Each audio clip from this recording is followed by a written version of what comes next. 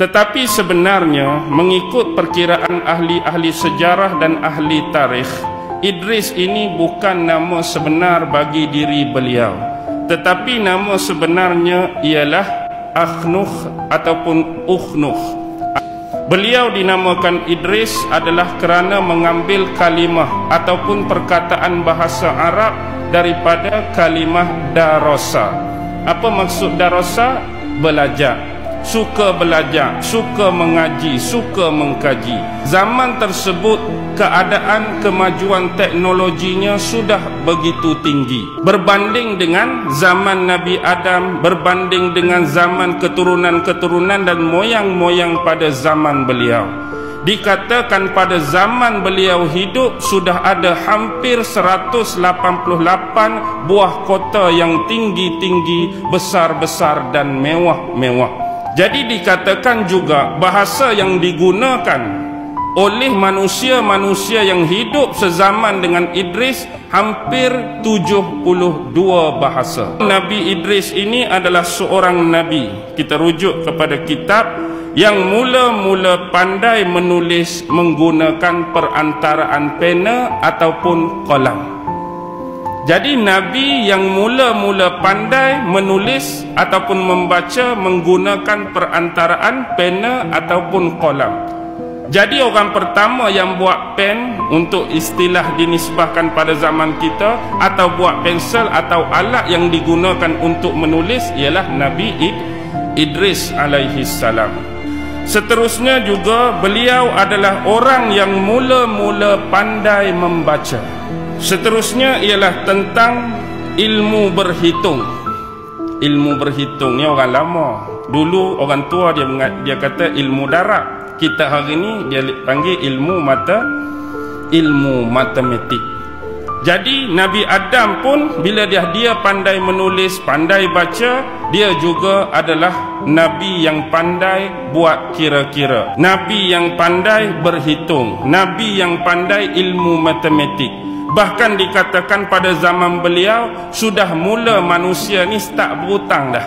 Maksudnya bukan kita zaman lah ni pandai berhutang, zaman dia tu dah orang berhutang. Bila berhutang, Nabi Idris ni ajak manusia ni menulis dan cara nak kira dalam bentuk hutang-hutang dan pinjaman-pinjaman tadi. Antara kehebatan lain beliau ialah suka memerangi orang-orang yang asi, iaitu orang-orang yang derhaka kepada Allah Subhanahu wa ta'ala.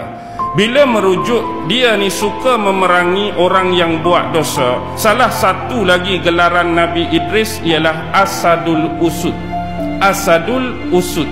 Apa maksud asad dalam bahasa Arab? Singa. Jadi singa kepada segala singa.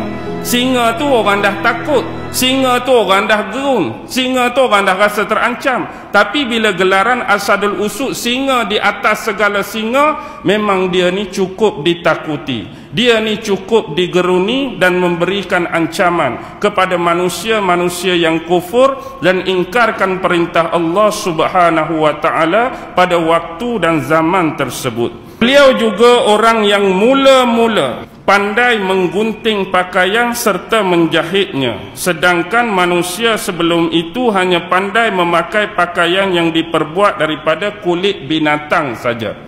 Jadi digambarkan sejak zaman Nabi Adam, bila tempoh perjalanan manusia sampai Nabi Idris, manusia sebelum ni membuat pakaian dan pakai pakaian hanya mengambil daripada kulit-kulit binatang. Sebenarnya sebelum orang nak jahit pakaian ni mesti ada kain dia tu. Sebenarnya otomatik Nabi Idris ni orang yang pertama pandai menenun pakaian. Dia dah tenun pakaian sendiri menggunakan kapas-kapas yang ada pada waktu tersebut. Kerana zaman beliau memang zaman pertanian yang sudah cukup maju. Pertanian ni sebenarnya dimulakan pada zaman Nabi Adam alaihi salam lagi.